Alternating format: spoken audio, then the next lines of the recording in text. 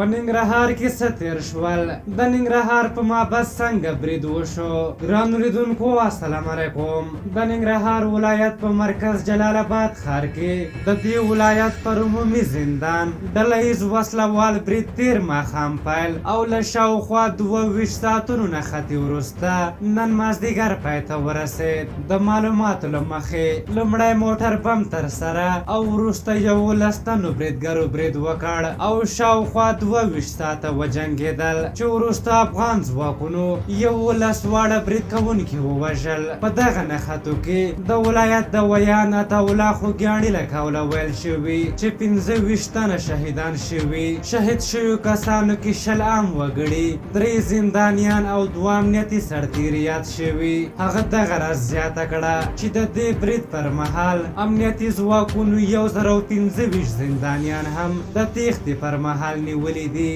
د خوږیاڼي په خبره په دې زندان کې شاوخوا 1193 بندیان ساتل کېدل چې 413 بندیان امنیتي ځواکونو د زندان دننه ژوندي ژغورلي. خو بل لور ته یو شمېر سرچینې وایي چې په زیات شمېر بندیان له بنده تښتېدلي. د دې ولایت د ولایتي شورا غړو ویلي چې په تښتېدلي زندانیانو کې ګڼې سیاسي بندیان دي. په هر حال د افغان پوځ لوی درستیز یاسین ضیا هم نن د افغان ځواکونو د عملیاتو د رهبرۍ لپاره جلال آباد ته راغلی و او له نږدې عملیات رهبري کول. وسلوالو طالبانو په دې برید کې لاس لرل رد کړي، خو داعش وسلوالو د برید مسؤلیت منلی. خو د ولسمشرۍ ماڼۍ ویان صدیقي ویلي چې دا خبره به وروسته معلومیږي چې یاد برید چا کړی و.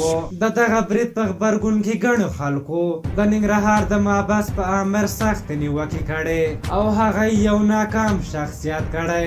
ګڼو خلکو د هغه یو انځور خپور کړی چې د مابس نقشه پرې ټکي په ټکي او دروازه په دروازه پکې معلومیږي او دغه قومنداني مخ ته ولاړ ده.